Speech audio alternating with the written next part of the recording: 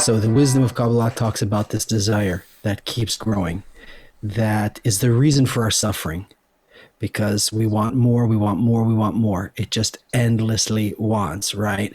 I need somehow, some creature 20,000 years ago, some monkey plus decided he needed to put up a fence and Yeah. decided he needed to have a refrigerator and all his stuff. The problem we're having is that because we have this endless desire, we're destroying each other and creating viruses and destroying the planet and our air and polluting our water. But the point is that we need to fulfill ourselves endlessly. That's the whole purpose of creation. The whole purpose of this whole gig is that I should be able to fill myself endlessly beyond time and Yes. space with no limitations. Yeah. And not only me, everyone, regardless of religion and color and weight and everything, region and culture, everyone should be able to be filled endlessly. But Yes. how can we all have refrigerators and air conditioners and this and this? How can we all just keep filling ourselves and not destroy the whole thing?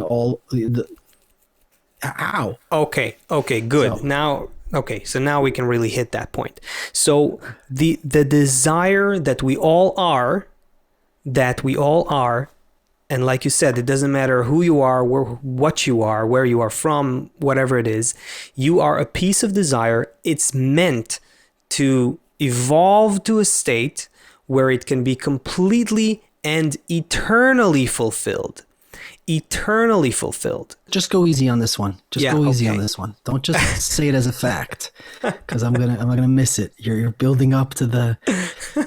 Just rewind a little bit and approach it again. Yeah. Just rewind and approach it again, because you're building up to something very important here. I want to make sure I can enter it correctly. Okay. What I what didn't want to just stage? lose it. What what point do I rewind to? Just start The talking about how I'm going to have all of my desires filled and I'm going to endlessly be Yes. fulfilled. Yes, tell me about that. Yes. And Okay, then I'll whatever take has it to from happen the after that. okay. But So everything what after that, just make it easy. okay, okay. I'll take the other route here. The Okay. what is eternal pleasure? Let's talk about pleasure. Everyone wants pleasure, right? It's fun. It's more fun to talk about pleasure. So we want to be eternally fulfilled. What does it mean to be eternally fulfilled? Do we even know what that pleasure means? Eternal pleasure, continuous pleasure, pleasure that comes from wholeness, from our connection to eternity, from pleasure that is not limited, not bounded in any way, is pleasure that we crave to, yet we don't really know. This is the whole trick of creation. This is the cool thing that nature has designed. A creature, human beings, that want endless pleasure, yet we have no idea what that is. Any concept of pleasure that we have comes from our material physical experience, and all our physical pleasures are transient. They're fleeting moments of fun. They're little moments of ecstasy that immediately dissipate. As soon as you eat a burger, the next bite is small, is not as fun as the first one. As soon as you get a new house, you start getting used to it. As soon as you get a new car, you start looking at the neighbor's car. As soon as you get a promotion at work, you start looking at the next frontier. You get a raise, you start seeing that your colleagues have got a raise as well. It's not as exciting. This is the constant kind of chase that we're in, right? Psychologists call this treading the hedonic treadmill, hedonic adaptation. We get used to the pleasure. This is the only pleasure we know. The kind of pleasure that we really want, but we are not familiar with, is a totally different kind of pleasure. It is the pleasure from belonging to the eternity of nature. It is the pleasure from being a part of a perfect system, and all the wholeness and tranquility and peace and love that comes from that connection fulfills us endlessly. This is something that we don't have any way to conceive of from our material experiences.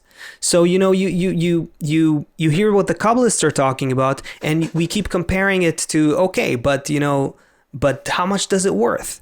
But how can I, is it better than being a millionaire? Is it better than? We have the wrong measurement. We can't, it's apples and oranges, right? We can't compare these things because we're talking about a completely different phase, a different kind of level of pleasure.